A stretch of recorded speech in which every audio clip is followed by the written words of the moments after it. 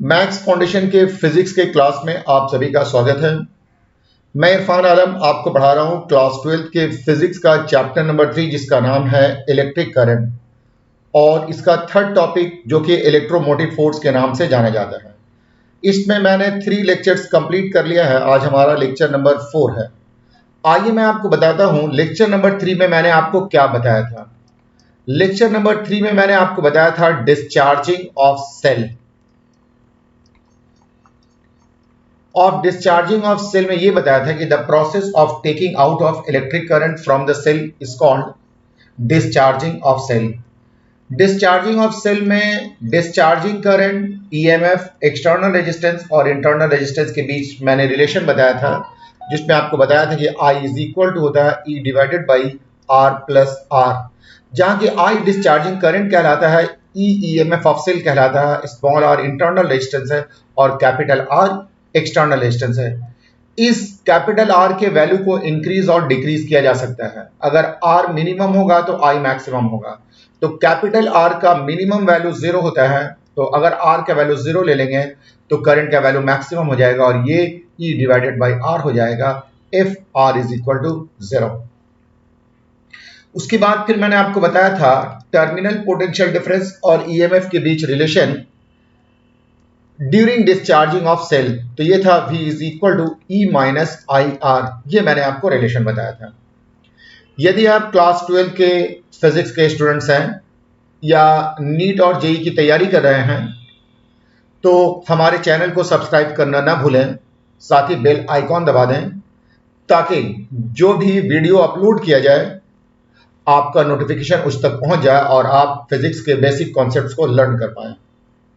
आज जो हम आपको बताने वाले हैं उसका नाम है चार्जिंग ऑफ सेल।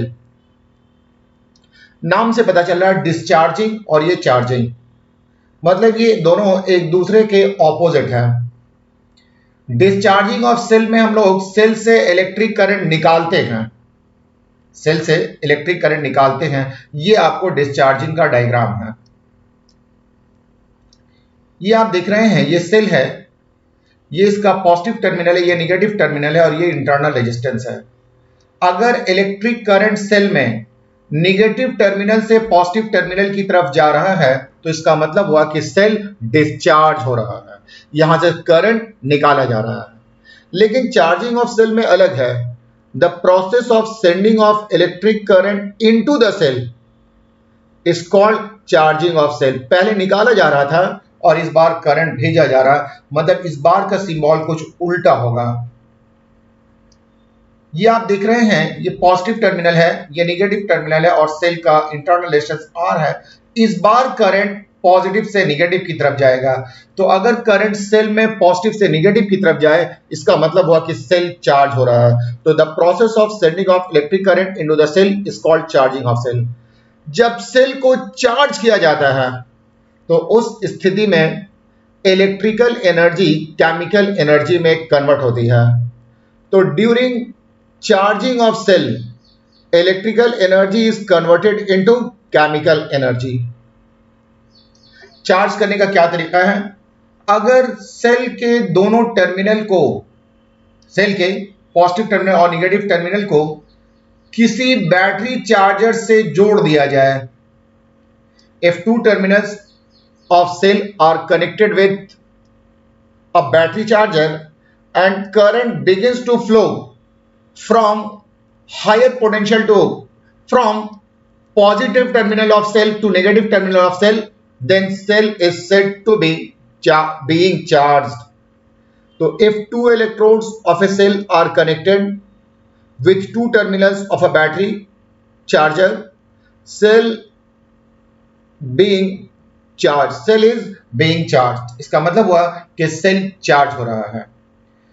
जब चार्जिंग होता है तो इन दो इलेक्ट्रोड्स के बीच का जो टर्मिनल पोटेंशियल डिफरेंस है वो सेल के ईएमएफ से ज्यादा होता है।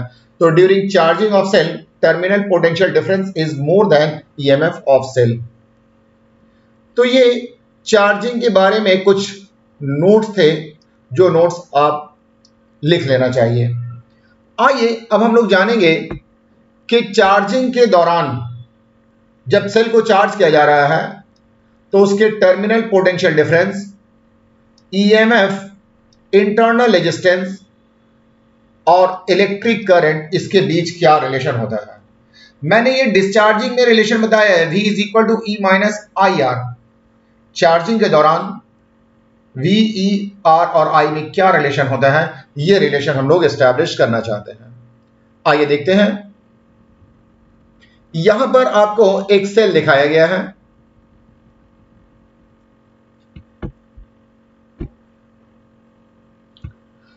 हेडिंग में लिखा हुआ है relation between terminal potential difference, EMF and internal resistance during charging of cell. Terminal potential difference मतलब V, ईएमएफ मतलब E, इंटरनल रेजिस्टेंस R और ये करंट I है चार्जिंग ऑफ सेल। आप देखेंगे इस सर्किट में ये सेल है और इस सेल का ईएमएफ है E और इसके बगल में जो जिगजैग लाइन है ये दिखाता है सेल के इंटरनल रेजिस्टेंस को। यहां पर हम लोगों ने एक रेजिस्टेंस जोड़ दिया, इसे RS कहते हैं। यह रेजिस्टेंस इन सीरीज है और ये जो आपको पॉजिटिव टर्मिनल और नेगेटिव टर्मिनल दिखाया जा रहा है ये बैटरी चार्जर है।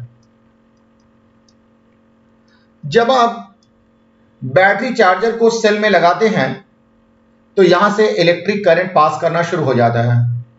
इस करंट को कहा जाता है चार्जिंग करंट। मतलब बैटरी चार्जर एक पोटेंशियल डिफरेंस अप्लाई करता है जिसके कारण सेल से इलेक्ट्रिक करंट पॉजिटिव टर्मिनल से निगेटिव टर्मिनल की तरफ मूव करने लगता है। अगर पॉजिटिव से निगेटिव की तरफ इलेक्ट्रिक करंट पास करें तो यह कहा जाता है कि सेल चार्ज हो रहा है। तो यहां पर लिखा हुआ है E, ये ईएमएफ ऑफ सेल है। R, ये सेल का इंटरनल रेजिस्टेंस है। RS, ये है रेजिस्टेंस कनेक्टेड इन सीरीज और ये सप्लाई वोल्टेज है bye battery charger. Battery charger ये वोल्टेज सप्लाई करेगा और I को कहा जाता है चार्जिंग करंट। तो आपने देख लिया कि डायग्राम में क्या क्या दिखाया गया है।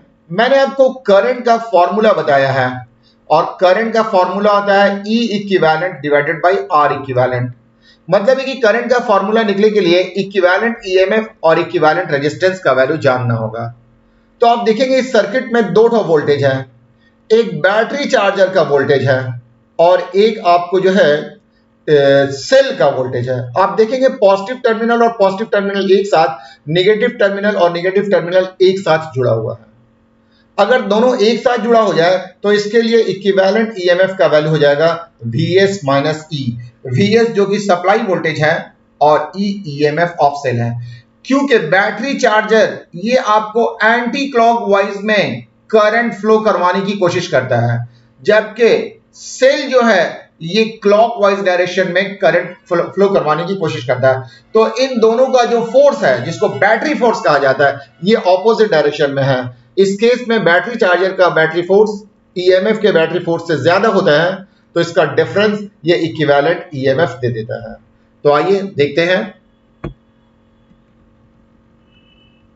E इक्विवेलेंट जो कि Vs माइनस IR हो जाएगा और R इक्विवेलेंट RS और R ये दोनों आपको सीरीज में जुड़ा हुआ है, मतलब एंड टू एंड कनेक्टेड है। एंड टू एंड कनेक्टेड है और दोनों से सेम करंट पास कर रहा है। अगर एंड टू एंड कनेक्टेड होगा और सेम करंट पास करेगा इसका मतलब ये हुआ कि ये सीरीज कनेक्शन में है और सीरीज में इक्विवेलेंट रेजिस्टेंस सभी का सम होता है। तो R equivalent is equal to RS plus R। हमने बताया कि करंट का फॉर्मूला होता है I is equal to E equivalent divided by R equivalent. यहां पर आप E इक्विवेलेंट का वैल्यू पुट कर देंगे और R इक्विवेलेंट का वैल्यू पुट कर देंगे। E इक्विवेलेंट का वैल्यू है Vs माइनस E और R इक्विवेलेंट का वैल्यू है IS RS प्लस R। अब आप क्रॉस मल्टीप्लिकेशन करेंगे तो यहां पर कुछ नहीं है तो इसको नीचे 1 लिख दें। तो Vs माइनस E को 1 से इंटू करेंगे तो Vs माइनस E मिल जाएगा और I को इंटू करेंगे RS से और R से तो I हो जाएगा IRS इंटू IR। अब हम लोग ये IRS वाला जो टर्म है राइट साइड में है इसको लेफ्ट साइड में ला देंगे और EMF वाला जो टर्म है जो लिखिए लेफ्ट साइड में है इसे राइट साइड में ला देंगे। तो ये हो जाएगा Vs minus IRS this is equal to IR plus E। ये Vs माइनस IRS यही पोटेंशियल ड्रॉप है। इसी पोटेंशियल ड्रॉप को टर्मिनल पोटेंशियल डिफरेंस के नाम से जाना जाता है।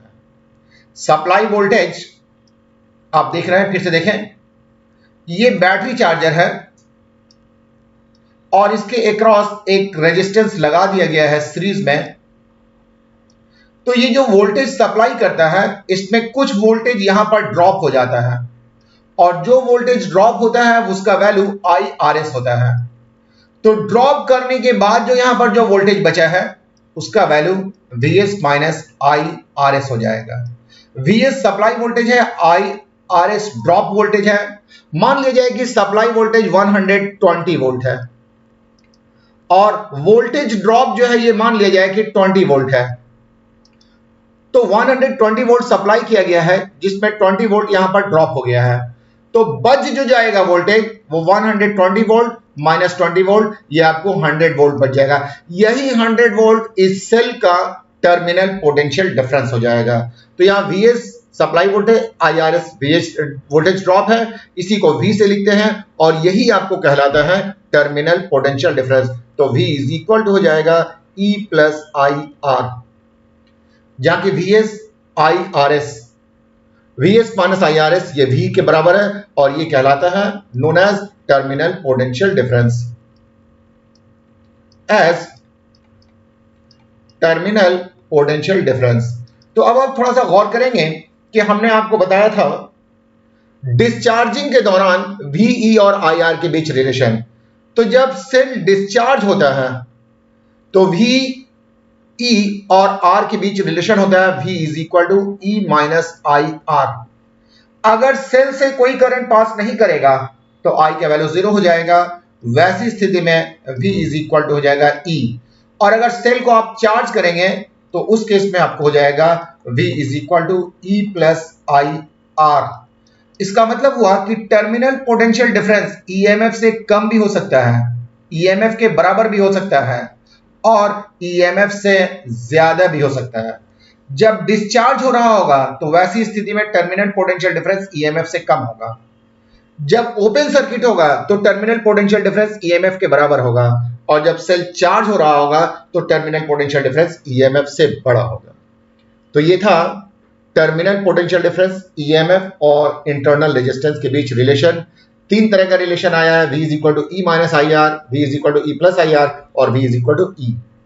आइए एक क्वेश्चन करके देखते हैं। लिखा हुआ है storage battery of EMF 8 volt. Group of cells को बैटरी कहा जाता है। A storage battery of EMF 8 volt and internal resistance 0.5 ohm is being charged by 120 volt DC supply। आइए हम लोग क्वेश्चन पढ़ करके इसका डायग्राम बनाने की कोशिश करते हैं ताकि क्वेश्चन ज्यादा हम लोगों के लिए कॉम्प्रिहेंसिव हो जाए। क्या लिखा हुआ है, एक बैटरी है, ग्रुप ऑफ सेल को बैटरी कहा जाता है। ये आप देख रहे हैं एक बैटरी है और इसका EMF ये 8.0 वोल्ट है और इसका इंटरनल रेजिस्टेंस 0.5 ओम है। अब इसे एक सीरीज रेजिस्टेंस से जोड़ दिया गया है और एक बैटरी चार्जर है। ये बैटरी चार्जर जो वोल्टेज सप्लाई कर रहा है वो 120 वोल्ट का वोल्टेज है। As storage battery of EMF 8 volt and internal resistance 0.5 ohm is being charged by 120 volt supply, मतलब इधर से इधर करंट जा रहा है। During charging, what is the terminal voltage of battery during charging? Charging के दौरान टर्मिनल वोल्टेज क्या होगा ये बताना है। And what is the purpose of having series resistors in charging circuit? इसका क्या पर्पस है? ये जो आपको रेजिस्टेंस लगाया गया है, ये जो रेजिस्टेंस यहां पर लगाया गया RS जिसका वैल्यू 15.5 ओम है, इसका क्या पर्पस है लगाने का ये बताना है। तो आप देखेंगे यहां पर आपको सप्लाई वोल्टेज दिया हुआ है, सप्लाई वोल्टेज 120 वोल्ट, EMF दिया हुआ है ये आपको 8.0 वोल्ट है, इंटरनल रेजिस्टेंस ये आपको 0.5 ओम है और एक्सटर्नल रेजिस्टेंस ये आपको 15.5 ओम है। तो हम लोगों को पहले मालूम करना है terminal potential difference. Terminal potential difference का मैंने फॉर्मूला बताया कि V इज इक्वल हो जाएगा E minus E plus IR। तो इसके लिए हम लोग को I का वैल्यू निकालना होगा। I को निकालने के लिए हम लोगों को पहले इक्विवेलेंट EMF निकालना होगा। तो इक्विवेलेंट EMF ये Vs माइनस E, Vs का वैल्यू है 120 वोल्ट और E का वैल्यू है 8 वोल्ट, तो ये आपको हो जाएगा 112 वोल्ट। मतलब E इक्विवेलेंट 112 वोल्ट हो गया है। R इक्विवेलेंट निकालेंगे तो ये R प्लस R का वैल्यू है 15.5 ओम और स्मॉल r का वैल्यू है 0.5 ओम। तो इस तरह से आपको मिल जाएगा 16 ओम। तो आपको पता चल गया कि इक्विवेलेंट EMF क्या है और इक्विवेलेंट रेजिस्टेंस क्या है। तो अब आप यहां से करंट का वैल्यू निकाल सकते हैं। वी नो करंट का फॉर्मूला है I is equal to E equivalent divided by R equivalent. E equivalent का वैल्यू दिया हुआ है 112 वोल्ट और R इक्विवेलेंट दिया हुआ है 16 ओम। तो आप इसे सिंप्लीफाई करेंगे, 112 को डिवाइड करेंगे 16 से। पहले आइए 4 4 जा 16, 4 2 जा 8 और ये 4 है, फिर इस तरह से 4 7 जा 28, मतलब ये आपको 7 एम्पियर आ जाएगा।